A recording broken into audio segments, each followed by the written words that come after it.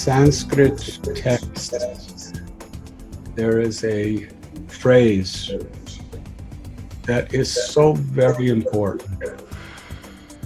Sara Grahi Janardana. That in order to understand the truth, we need to seek the essence.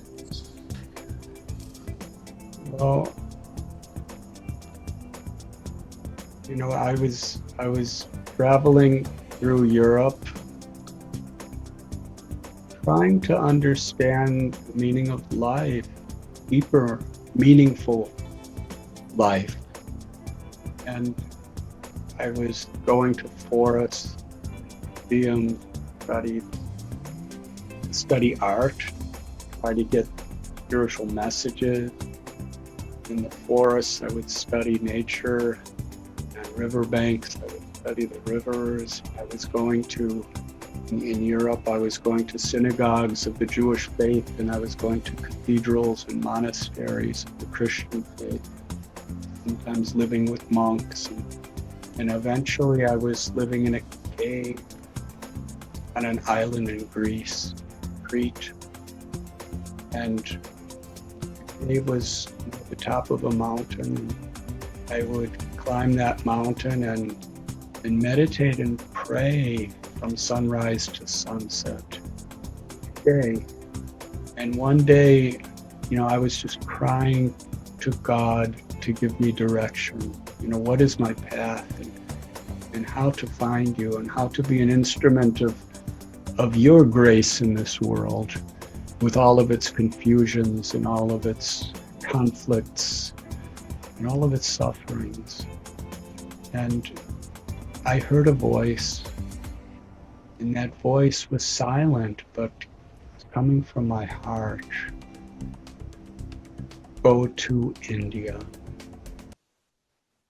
To understand that, to put aside my own prejudices and my own egoistic misconceptions, I need to do that in order to really open my heart to search for the essence of God's grace. I'm going to give you my pranam, Prabhuji.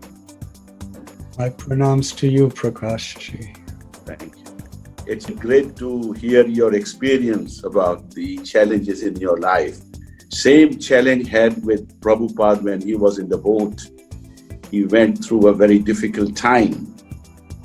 And that time he was able to chant the mantras, and he was able to recover from his health problems, which he went through it.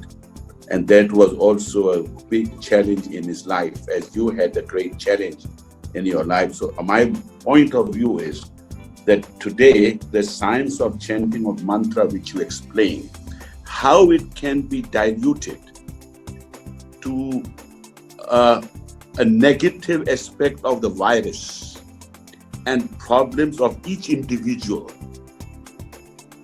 when they are going through it, whether the planetary position on each individual which is being affected.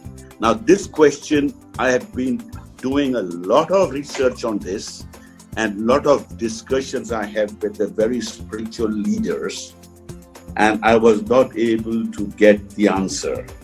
And I'm still working on it.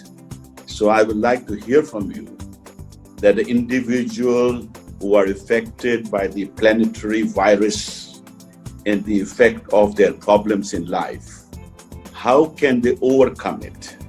Is it through the Mahamantra? Is it through some other programs which they have to do? Or they have to go on till their planetary programs are going on, or when they change?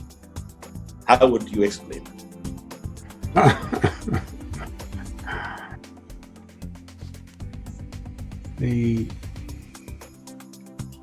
The situation of astrology, astronomy, the influence of the planets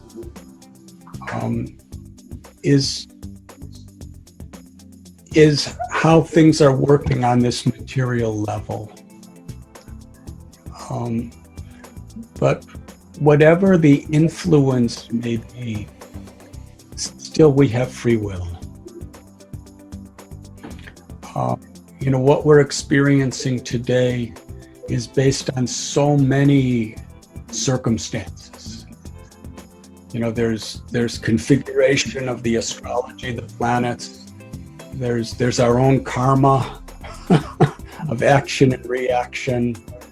There's the nature of interacting with the world that is, there's so many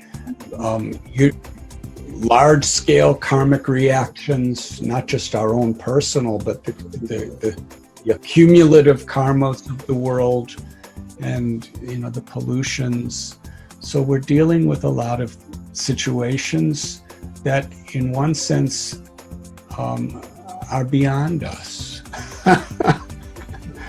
But in whatever situation there is, we have free will. And how we respond to situations is how we're going to actually move into our future. A simple analogy, at an airport, let us say Heathrow Airport in London, there's flights to so many different parts of the world. And if I get on a flight to Mumbai, then, halfway up on the air, 30,000 feet above the earth, if I say to the pilot and the hostess, I want to go to New York, I have my free will, I want to go to New York, then the airline hostess will say that you had your free will before you got on the plane. But now that you're on this plane, you are destined for for Bombay. But at the same time, you have free will what you're going to do on the plane, and you have free will what you're going to do when you get to Bombay. So similarly, there are situations of destiny that are beyond us, but we do have free will to respond. I hope that answers your question, Prakash. Yeah, but you see, earlier you told me that we should bring an understanding and transformation on your life. You told this to my brother. Now, why the world leaders and world problems which are going on between them, take Democratic Republic, take Congress, BJP, take other parties in the world, they have a lot of indifferences going on. And a lot of people have been conveying the messages like Prabhupada did and many other saints are doing, monks are doing, but they're not able to reach to any conclusion. That means the planetary is playing the role which is bringing them different between the two parties and not bringing peace in the world. That's my way of putting things. So how would you solve this problem in the world? In that disparity, we have the opportunity to understand the need to go deeper into the subject. When things are just going very nicely, our tendency is to be content with the superficial ways things are going. But when there's crisis, then we're either sucked into the crisis, which brings out the worst in us, or we actually look deeper into the crisis of where I really want to be going and where I really want to help the world to be going. So, there's different political parties, there's different religions, there's different races, there's so many different diversities in this world. To disagree on the basis of ideologies and to disagree according to our own natures is natural. But what is important is we have to be united on a higher principle, even with our disagreements. in politics, we may have very strong ideological differences, but at the same time, we're all representing the people. We're all here to serve the people. So our ideological differences should not make people suffer more.